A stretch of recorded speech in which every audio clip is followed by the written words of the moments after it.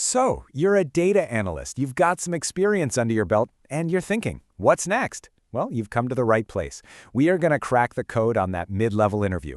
Think of this as your playbook for landing that bigger role, that better job. Let's jump right in. Okay, check this out.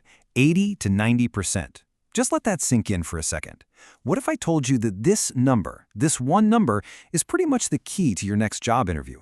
It's a huge deal, and it's exactly what we're about to unpack. Yep, you guessed it. We are talking about the questions you are almost guaranteed to face in your next data analyst interview. Seriously, this is basically the ultimate cheat sheet. We're going to cover the stuff that makes up the vast majority of interviews for someone at your level, with a few years of experience. You ready for this?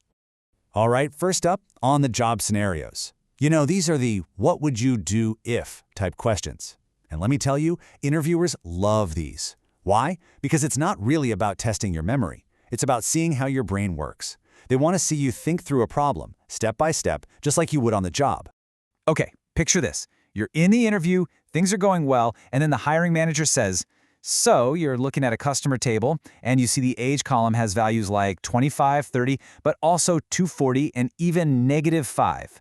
Ah, the classic dirty data problem. Your heart might skip a beat, but what do you do? What's your very first move? Now, here's the key. You don't just blurt out, oh, I'd clean it. No way. You show them you have a process. You say, first, I'd validate the data. I need to figure out how bad the problem is. You might use SQL or Excel to find all the weird values.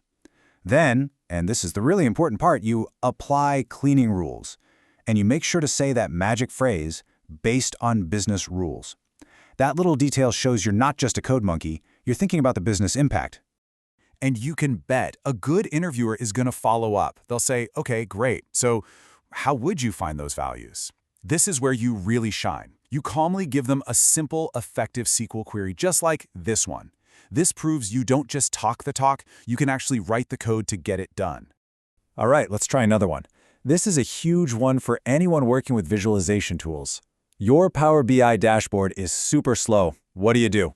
And look, we've all been there. A slow dashboard is more than just annoying, right? It's a real business problem. If stakeholders can't use it, it's worthless. So, how are you going to fix it?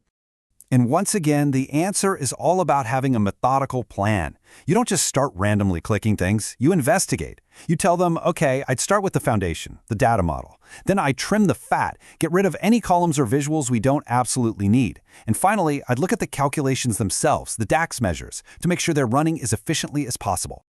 And see, this is how you stay one step ahead. The second you say optimize the data model, a sharp interviewer is going to jump on that. They'll ask, what do you mean by that? Tell me about a good data model. Being ready to clearly and simply define a core concept like the star schema, well, that shows you really know your stuff. It proves you're not just repeating a list you found online. But here's the thing. Knowing all this technical stuff, the SQL, the data models, it's absolutely crucial, don't get me wrong. But it's only half the story. Your tech skills might get you the interview, but there's a whole other side to this that actually lands you the job. And that brings us to the wonderful world of people and process. The behavioral questions. This is where the interviewer is trying to figure out the important stuff like, are you going to be a good teammate?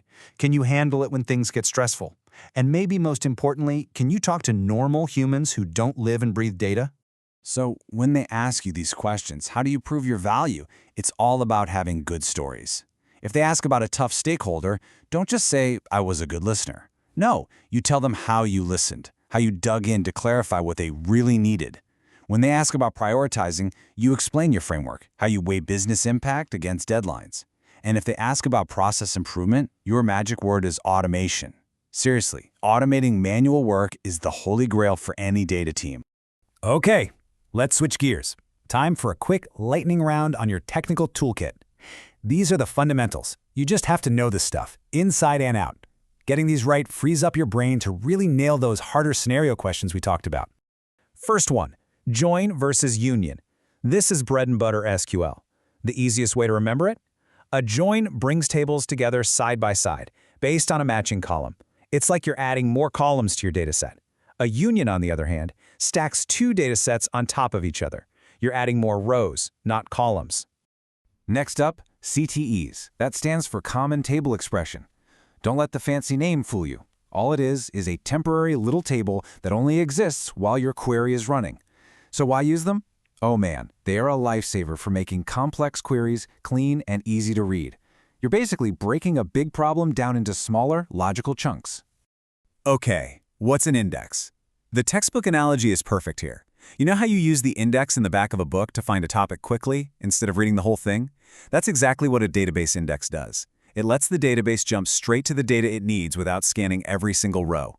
When you're working with huge tables, this is an absolute game changer for speed.